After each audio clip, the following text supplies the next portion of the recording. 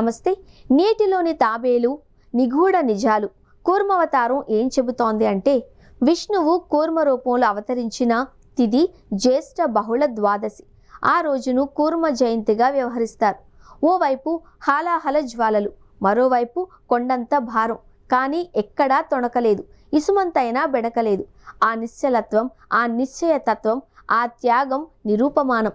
అందుకే ఆ అవతారం మహోన్నతం. పరమాత్మ శిష్ట రక్షణ కోసం ఎత్తిన ఈ ద్వితీయ అవతారం అతి ప్రాచీనం, నిగూఢమైన భావాల సమాహారం. తాబేటి రూపంలో భగవంతుడు బోధించిన అద్భుత సందేశాల పరంపర నిత్య స్మరణీయం. శ్రీ మహావిష్ణువు అవతారాలలో అన్నిటికన్నా భిన్నమైంది కూర్మావతారం.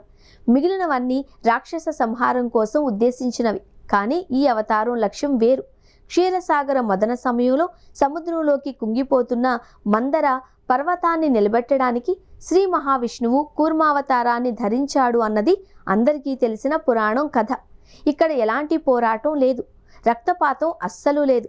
కానీ మంచిని రక్షించేందుకు భారం మొత్తాన్ని తన భుజస్కంధాలపై మోశాడు పరమాత్మ. భాగవతంలో, బ్రహ్మ పురాణంలో కూర్మావతారానికి సంబంధించిన గాథలు విస్తారంగా ఉన్నాయి. కూర్మ అనే పదానికి వ్యుత్పత్తి ప్రకారం కం జ్వలం, ఉర్వతీతి హినస్తేతి కూర్మం అంటే నీటిలోని క్రిములను సంహరించేది అని అర్థం. కూర్మానికి నీటిలోని క్రిములను, మురికిని నశింపచేసే గుణముంది. అందువల్ల దానికి ఆ పేరొచ్చింది.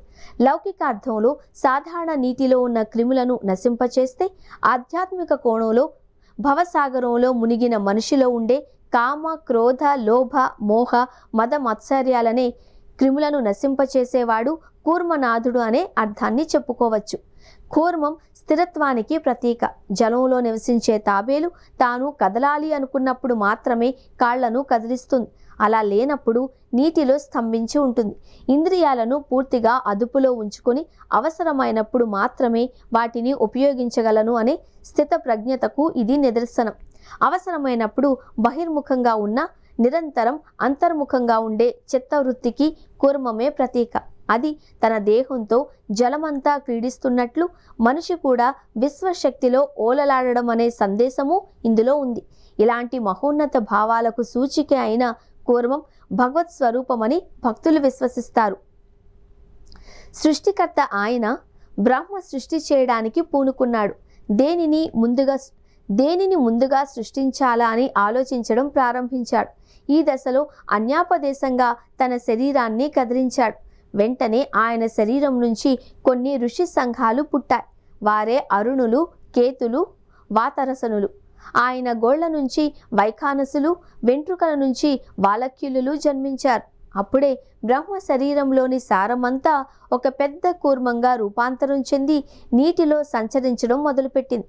దానిని చూసిన బ్రహ్మ, నువ్వు నా శరీర మాంససారం నుండి పుట్టావు కదా అని ప్రశ్నించాడు. అప్పుడు ఆ కూర్మం, నేను నీకంటే ముందు నుంచే నీ జలంలో ఉన్నాను అని చెప్పింది. బ్రహ్మ కన్నా ముందు ఉన్నదేంటి? అయితే అది పరబ్రహ్మే. ఆ కూర్మమే పరమాత్మ అని గ్రహించాడు. అతనిని 1000 శిరస్సులు, కళ్ళు, కాళ్ళు ఉన్న మహాపురుషుడిగా గ్రహించాడు బ్రహ్మ. నీవు నాకన్నా ముందు నుంచే ఉన్నవాడవు కాబట్టి కురుష్వ అంటే సృష్టి చెయ్యి అన్నాడు బ్రహ్మదేవుడు. అప్పుడు కూర్మనాథుడు సూర్యుడు, ఇంద్రుడు, అగ్ని తదితరాలను సృష్టించాడు. ఈ విధంగా జగన్ నిర్మాణంలోనే కర్మ చేయడం వల్ల ఆయనకు కూర్మ అనే పేరొచ్చింది. ఆ పట్టుదల అద్భుతం. కూర్మావతారం మనిషికి మరో మహత్తరమైన సందేశాన్ని ఇస్తుంది. పట్టుదల, ఓర్పు, సహనం మనిషికి తప్పనిసరిగా ఉండాలి అని, అప్పుడే అతని లక్ష్యం నెరవేరుతుంది అని ఈ అవతారం ద్వారా మహావిష్ణువు ఆచరణాత్మక సందేశం ఇచ్చాడు. మనం ఏమైనా గొప్ప కార్యాలు తలపెట్టినప్పుడు ఆ పని భారం మందర పర్వతం తీరులో చాలా బరువుగా మారుతుంది. ఒక్కోసారి వదిలివేయాలి అనిపిస్తుంది.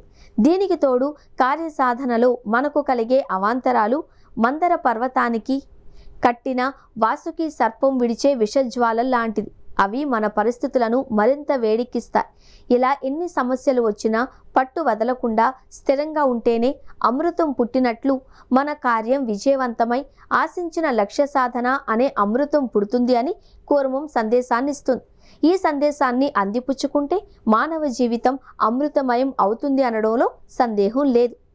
ఈ 2 శ్రీకూర్మం, శ్రీకాకుళం జిల్లా శ్రీకూర్మం కూర్మనాథ క్షేత్రం స్థల పురాణాన్ని అనుసరించి శ్వేత మహీపతిని అనుగ్రహించడానికి స్వామి వెలిశాడు అని చెబుతారు. అలాగే రోగి అస్థికలను ఇక్కడి శ్వేత పుష్కరిణిలో వేస్తే అందులో నీరు తాబేళ్లుగా మారాయని, అందుకనే అశుచి కలిగిన మనుషులు అక్కడి నీళ్లను తాకకూడదు అన్న నిబంధన ఉంది. ఈ దేవాలయాన్ని గురించి కాల వివరాలు అంత సమగ్రంగా లేవు. 2వ శతాబ్దం నాటికే ఈ దేవాలయం ఉంది అని చరిత్ర.